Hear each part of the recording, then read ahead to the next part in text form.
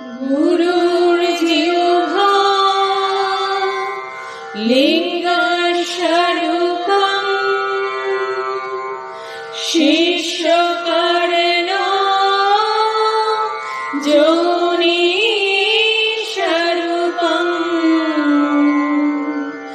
মহাসঙ্গমেন মাধব মন্ত্র ব্রহ্মবীর্যং হৃদিগর্ভে সংস্থিতং উৎপন্নং ফলরূপং রতির্ভক্তি দিব্যজ্ঞানম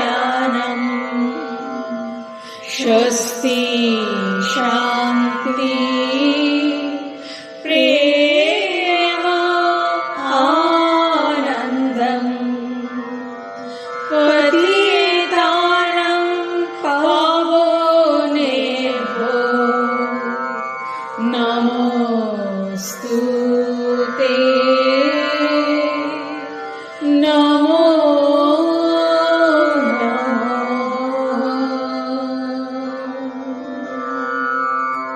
শ্রীগুরু বলেন, পাহাড় থেকে জল যখন গড়িয়ে পড়ে তখন তা থাকে নির্মল, পাহাড়ের নিচে এসে সে মলিন হয়।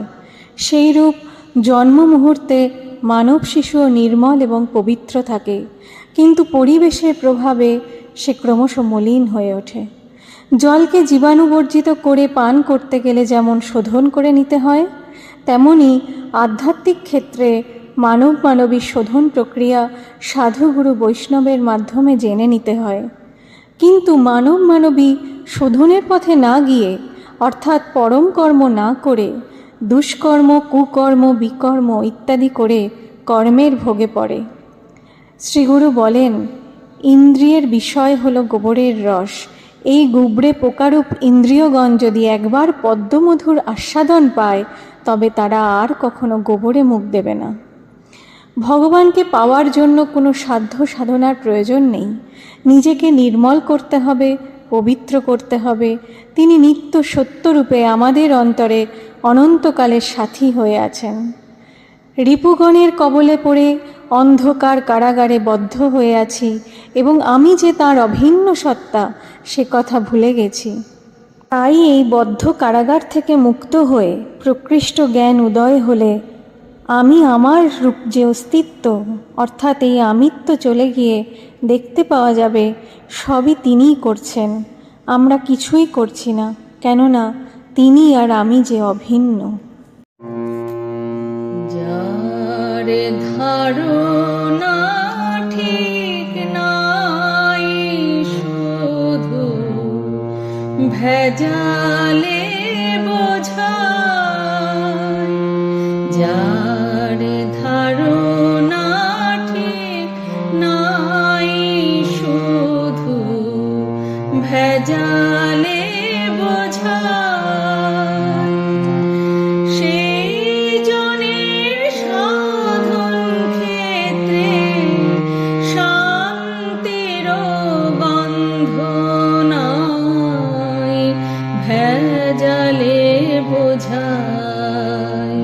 যার ধারণা ঠিক নাই, সাধু গুরু বৈষ্ণবে তাই পূর্ণ বিশ্বাস নাই, সাধু গুরু বৈষ্ণবে তাই পূর্ণ বিশ্বাস নাই, নিষ্ফলা রোগে ভোগে হতাশায়ার সদা, ভেজালে বোঝাই। যার ধারণা ঠিক নাই শুধু ভেজালে বোঝাই। এখনো সময় আছে বাকি, পড়ে না যে গুরুর পায়,